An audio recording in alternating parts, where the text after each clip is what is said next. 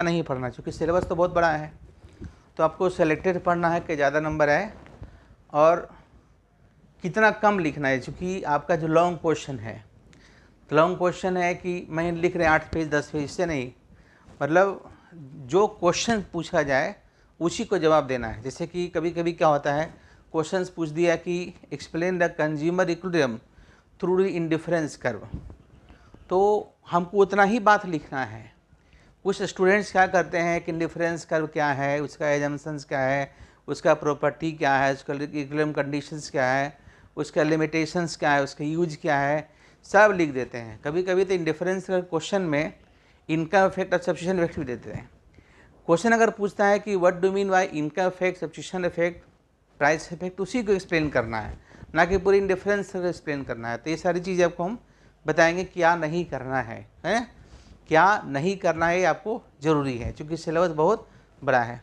उसके बाद जो है बिहार इकोनॉमिक्स के लिए मेरे हिसाब से जो गवर्नमेंट ऑफ बिहार का जो सर्वे है वो सफिशिएंट है। वैसे कंपाइल किया हुआ स्टडी मटेरियल यहाँ सबको मिलेगा, क्योंकि बिहार इकोनॉमिक्स से 2 से 3 क्वेश्चन आपका होता है। तीसरे लोग क्या करते हैं, करेक्टरिस्टिक्स जब पूछता है बिहार इकोनॉमी तो करेक्टरिस्टिक्स ऑफ इंडियन इकोनॉमी लिख देते हैं, गरीबी इन बिहार, गरीबी इन इंडिया लिख देते हैं। तो ये सारी चीज़ों को ट्रेनिंग आपको यहाँ दिया जाएगा, ताकि आपका जो आंसर दिखे वो अट्रैक्टिव दिखे। जो आंसर दिखे, जैसे मैंने एक चैप्टर पढ़ाया, एक चैप्टर मान लिया कि इंडिफरेंस कर्व को पढ़ाया गया, डिफरेंस कर्व से जितने सारे क्वेश्चन प्रीवियस ईयर में पूछे गए हैं सभी को उसी से में बना लेना है। आपको हम गाइड करेंगे, आपको आंसर लिख के दे देना है, मैं यहाँ चेक कर दूंगा, ये नहीं कि बाद में करेंगे, है ना। उसी तरीके से मान लें रिवील प्रेफरेंस थ्योरी है, तो रिवील प्रेफरेंस थ्योरी में जो पढ़ाया गया, जो क्वेश्चंस किया गया, उसी हिसाब से आपको आंसर देना है। कोई भी बात हो, जैसे मान लें पॉवर्टी ट्रैप पूछता है तो पॉवर्टी ट्रैप के बारे में लिखेंगे, टाइप्स ऑफ पॉवर्टी नहीं लिख देंगे।